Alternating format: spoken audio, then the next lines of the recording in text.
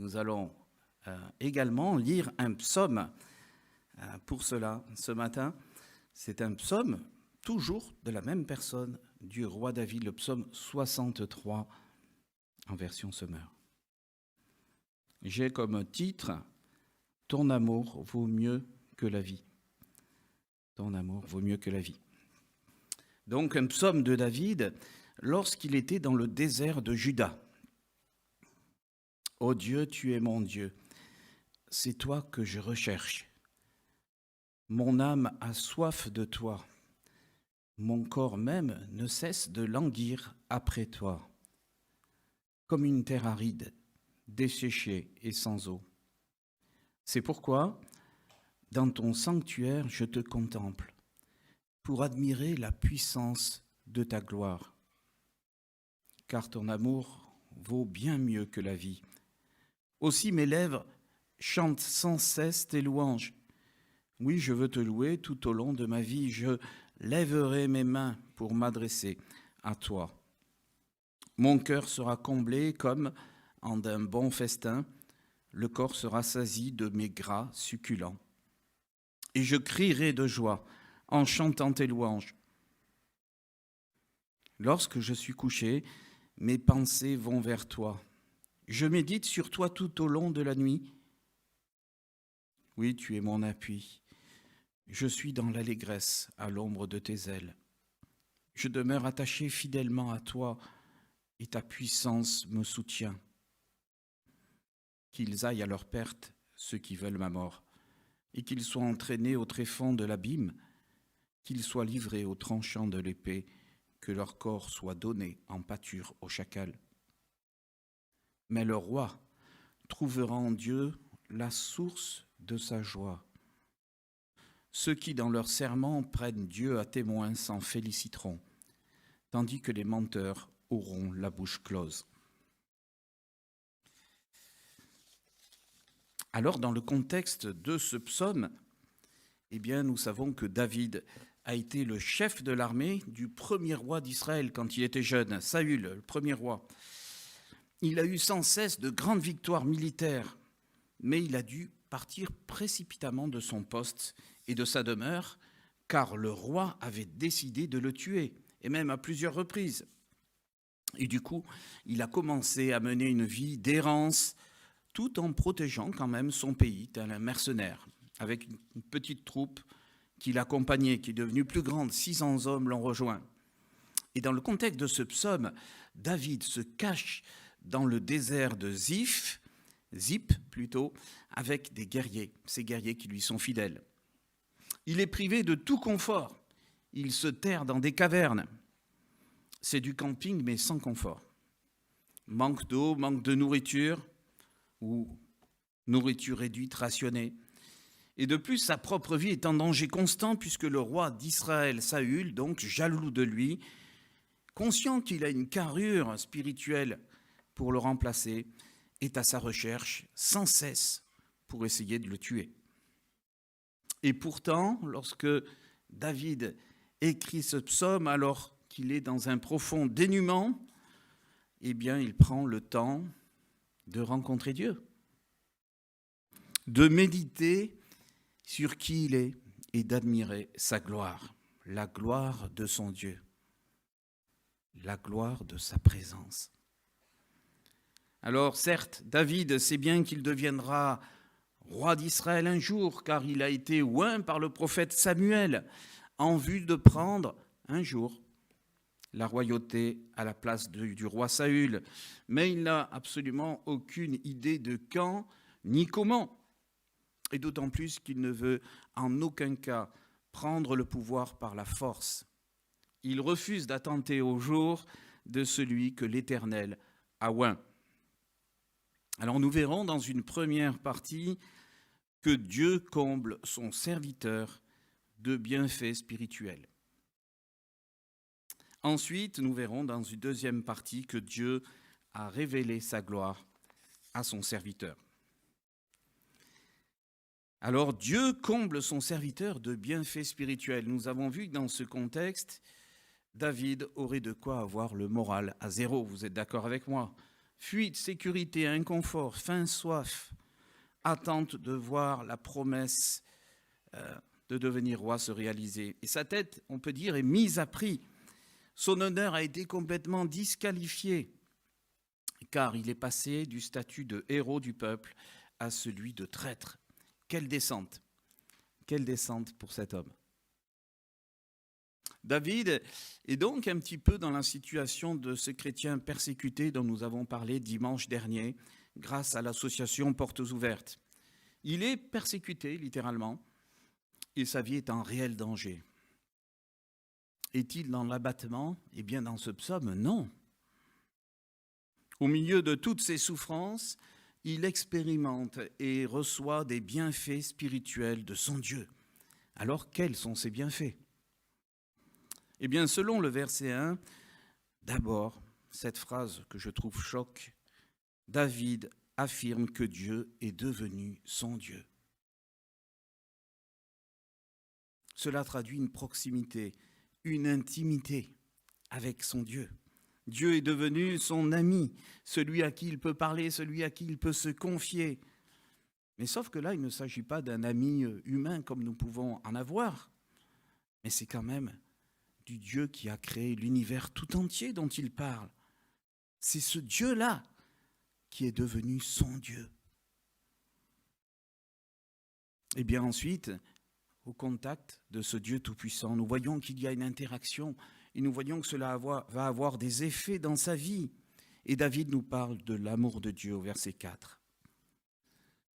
Moi, je peux comprendre à mon niveau ce que c'est que d'aimer une épouse, parce que je l'ai expérimenté chaque jour depuis 30 ans.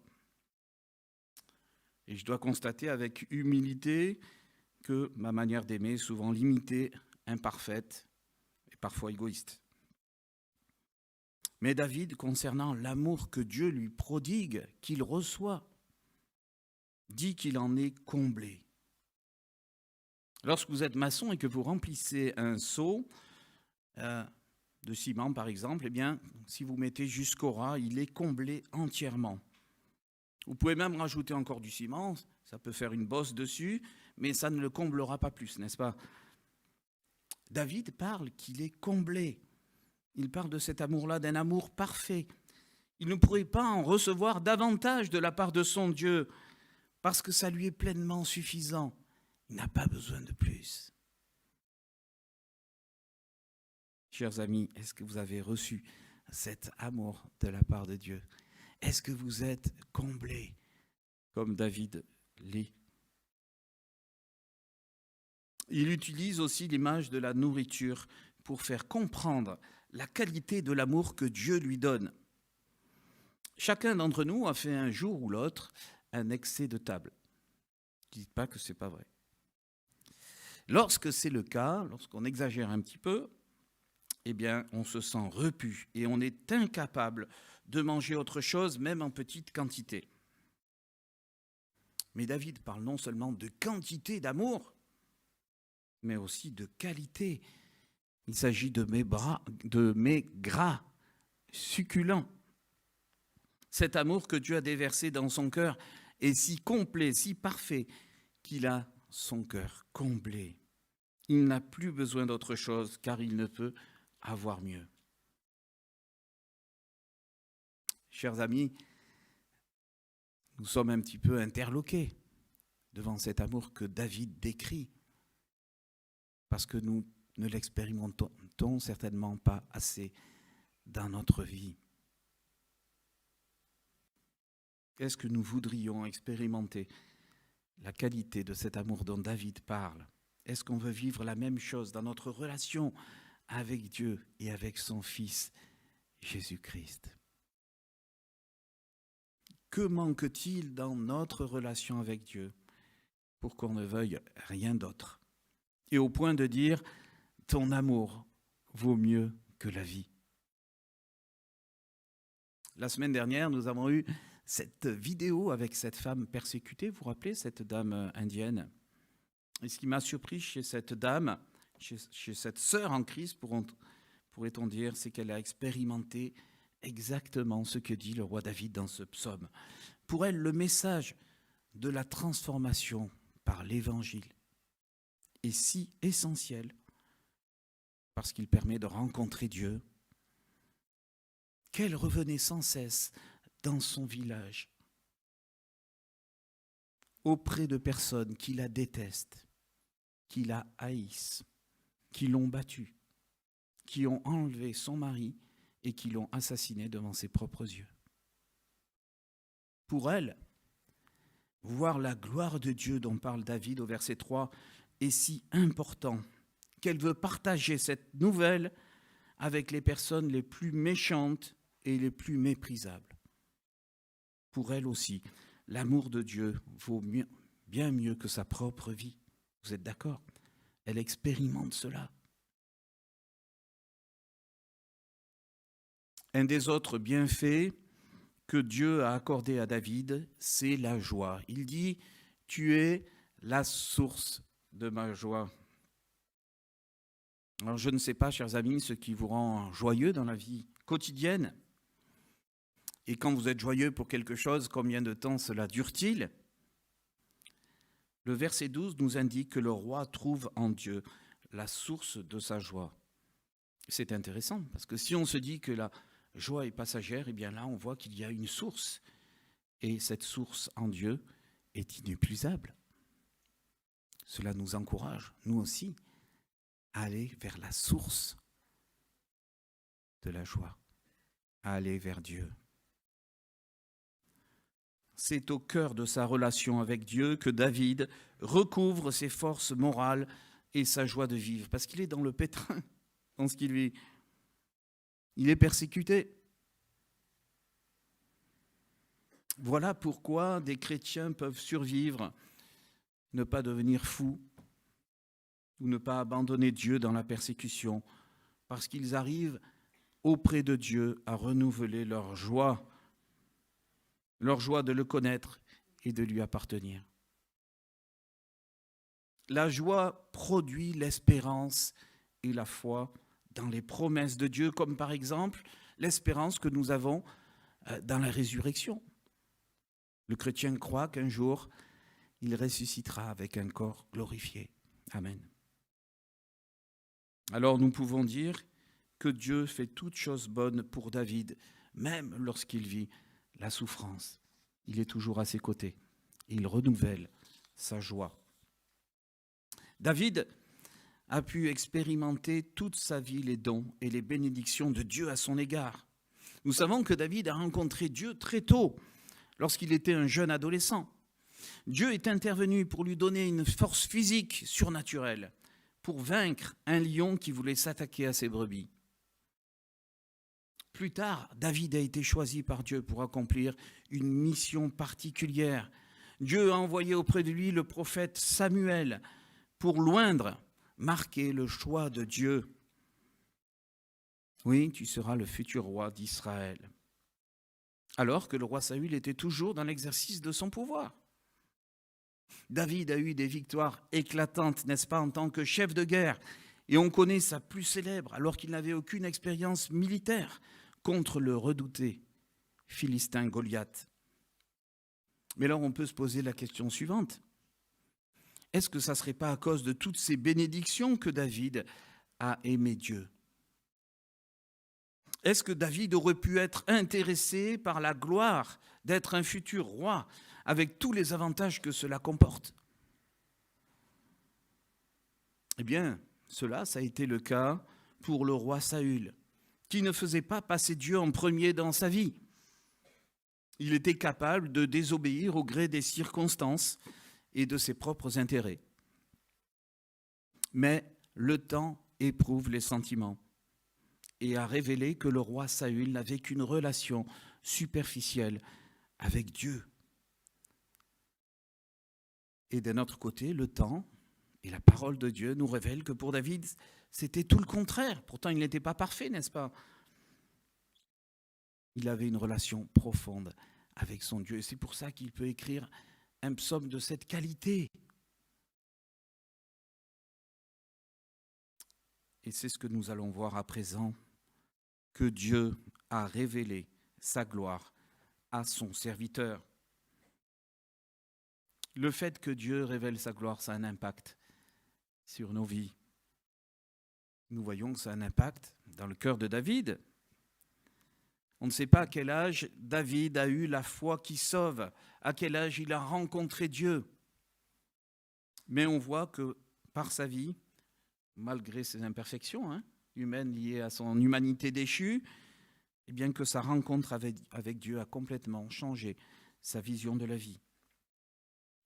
Qu'est-ce qu'on voit qui montre que Dieu a transformé le cœur de David et que ça a changé la vie de David? Eh bien, par exemple, au verset 2, David recherche constamment Dieu.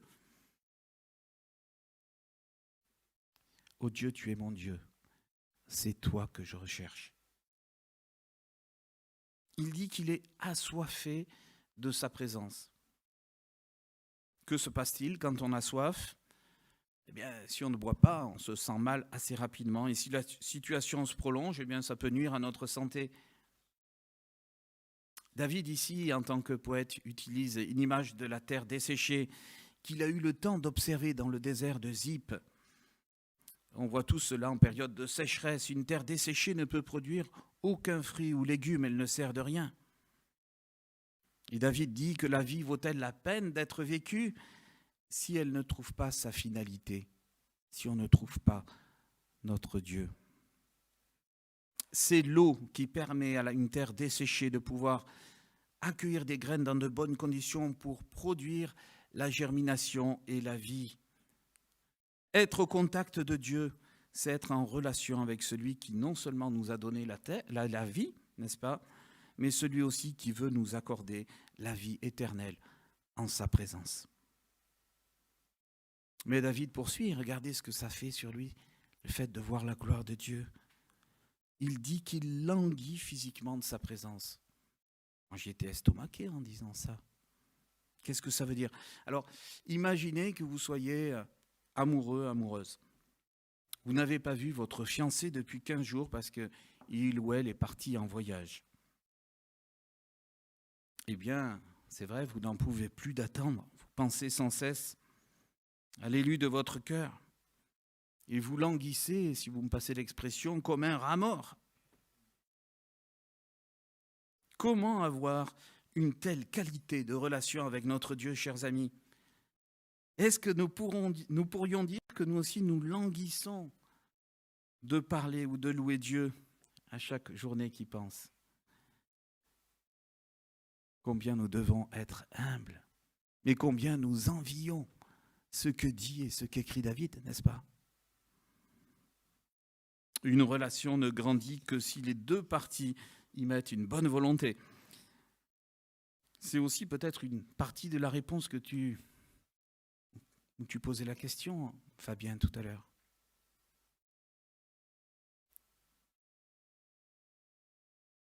Il n'y a pas de secret finalement. Passer du temps. Au verset 3, David contemple Dieu dans sa puissance et dans sa gloire. Autrement dit, il consacre du temps à son Dieu. Il passe des moments de qualité avec lui. Il le chante, il le loue.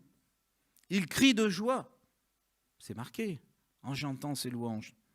Il s'arrache, en quelque sorte, on pourrait dire. Il médite sur qui il est, au verset 7. Bref, il est comme avide de cette relation. Il l'entretient avec zèle et persévérance. Alors vous voyez où je veux en venir. Nous, souvent, on inverse les choses en considérant que c'est Dieu, notre ami, qui devrait faire tout le temps le premier pas, qui devrait faire le travail, parce qu'il est tout puissant et qu'il peut tout. Mais le Père veut des adorateurs, qu'il adore en esprit et en vérité, nous dit Jean l'apôtre. Si nous voulons être zélés pour rencontrer et connaître Dieu, alors il nous faudra regarder en premier ce que nous mettons en œuvre pour vivre notre relation au quotidien. Cela vient de nous. Cela ne peut venir que de nous, chers amis. Quand nous lisons ce psaume, j'ai envie de dire, soyons jaloux de cette relation que David avait avec Dieu. afin que nous soyons comme excités à changer ce qu'il faut dans nos vies.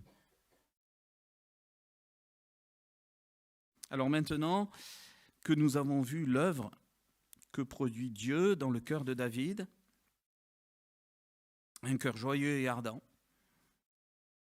et ce que David a mis en place pour bien vivre cette relation, voyons ce que Dieu veut nous révéler sur lui. Le Père veut révéler son cœur à celui qu'il aime. Lorsque vous avez un conjoint, lorsque vous êtes marié, plus le temps passe, plus vous allez connaître les défauts, les qualités. Vous allez percevoir quand votre conjoint va mal. Vous allez essayer de lui remonter le moral, vous allez l'écouter. Eh bien, notre Père veut se révéler à chacun d'entre nous comme un ami. Depuis la chute d'Adam et Ève, la nature humaine a été contaminée par le péché de génération en génération. Il en a découlé que la relation qui était parfaite entre Dieu et ses créatures a été altérée, brisée. Et par conséquent, Dieu n'a eu de cesse de mettre en place non seulement un plan géant de sauvetage pour l'humanité, un plan Marshall pour le monde entier, en trouvant une solution au problème du péché. Mais en plus, il a pour but de retrouver une relation avec toi, avec moi, une vraie relation, en organisant une réconciliation avec nous. Lorsque nous nous disputons avec notre conjoint, avec nos enfants, tant que nous ne sommes pas réconciliés, nous sommes tristes, n'est-ce pas ? C'est pour ça que nous devons revenir chaque jour au pied de la croix pour confesser nos péchés, parce que nous sommes en bisbille avec le Seigneur tant que nous n'avons pas réglé nos petits problèmes du quotidien. Mais lorsque nous le faisons, lorsque nous sommes réconciliés avec Dieu, combien c'est bon, combien nous sommes joyeux, et combien nous pouvons retourner à la source de notre joie.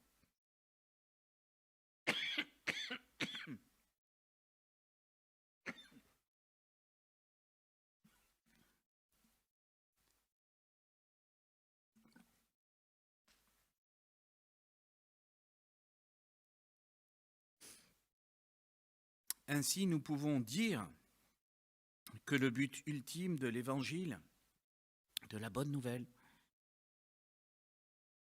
c'est-à-dire des effets de la rédemption obtenus par le sacrifice de Christ sur la croix, ce n'est pas de nous accorder des dons ou des bienfaits spirituels. C'est de nous permettre avant tout de rencontrer enfin Dieu le Père et Dieu le Fils, c'est-à-dire Jésus-Christ. L'apôtre Paul dit que tout ce qu'il a fait, ce n'était pas une fiction, ce n'était pas des histoires habilement inventées pour obtenir la faveur des hommes, mais il a donné sa vie pour annoncer la bonne nouvelle de l'Évangile. Dieu est esprit, il est un être vivant qui veut rencontrer ses créatures et leur dévoiler sa gloire. Et vous avez vu que dans son sanctuaire, David contemple la gloire et la puissance de Dieu. Dans le livre de l'Exode, Moïse ne pouvait voir la gloire de Dieu et survivre, parce qu'il est saint. Mais Dieu, grâce au sacrifice de Christ, peut enfin nous révéler sa gloire, sa personne. Par la foi en Christ, l'existence de Dieu devient une évidence, car celui qui a cru en Jésus a vu le Père. De plus, dès maintenant, Dieu veut développer une relation personnelle et intime avec chaque croyant par l'intermédiaire du Saint-Esprit qui vient résider corporellement dans le corps de chaque croyant. Un psaume, le psaume 38, toujours de David, a plusieurs points similaires avec celui que nous avons lu. Je vous en lis un passage. « Que ton amour est précieux, Dieu, sous tes ailes, les humains se réfugient. Ils savourent les richesses des festins de ta maison. Au torrent de tes délices, tu leur donnes à boire. C'est une grâce générale. Car chez toi est la source de la vie. Là, c'est une grâce particulière. Lorsque nous rencontrons notre Dieu face à face, alors nous goûtons aux sources de la vie éternelle. C'est dans ta lumière que nous voyons la lumière. Lorsque Dieu place la foi de Christ dans notre cœur, alors nous le voyons en pleine lumière. Nous pouvons commencer à apprécier la gloire de Dieu. Et nous voyons clairement dans l'attitude de David les conséquences de la rencontre du Dieu glorieux. Sa beauté, sa bonté, son amour, nous l'avons dit tout à l'heure, pousse David à l'adorer, que ce soit par la prière ou par le chant. Alors en conclusion, chers amis, les bénédictions que Dieu accorde aux croyants doivent nous pousser au remerciement et à l'adoration de notre grand Dieu. Sans être intéressés, nous recevons ce que Dieu a la bonté de nous offrir. L'exemple de David nous encourage à cultiver une vraie relation avec notre Dieu. Et dans un monde où le travail professionnel nous prend beaucoup de temps, et puis nous avons des obligations familiales, bien sûr, entretenir une relation journalière avec notre Dieu est un vrai défi. C'est un vrai défi. Fréquentons assidûment, chers amis, le dimanche ou en semaine, notre Église, pour nous motiver les uns les autres à parler, à prier, à adorer et à connaître toujours plus notre grand Dieu. Cette relation qu'avait le roi David avec Dieu fait envie, car elle est belle, elle est riche, elle est pleinement satisfaisante. Pour nous, les chrétiens du XXIe siècle, nous sommes encore plus avantagés que les croyants d'avant le Christ, car l'Esprit de Dieu vient en nous. Il faut que je parte pour qu'il vienne. Eh bien, il est venu. Dieu est venu en vous.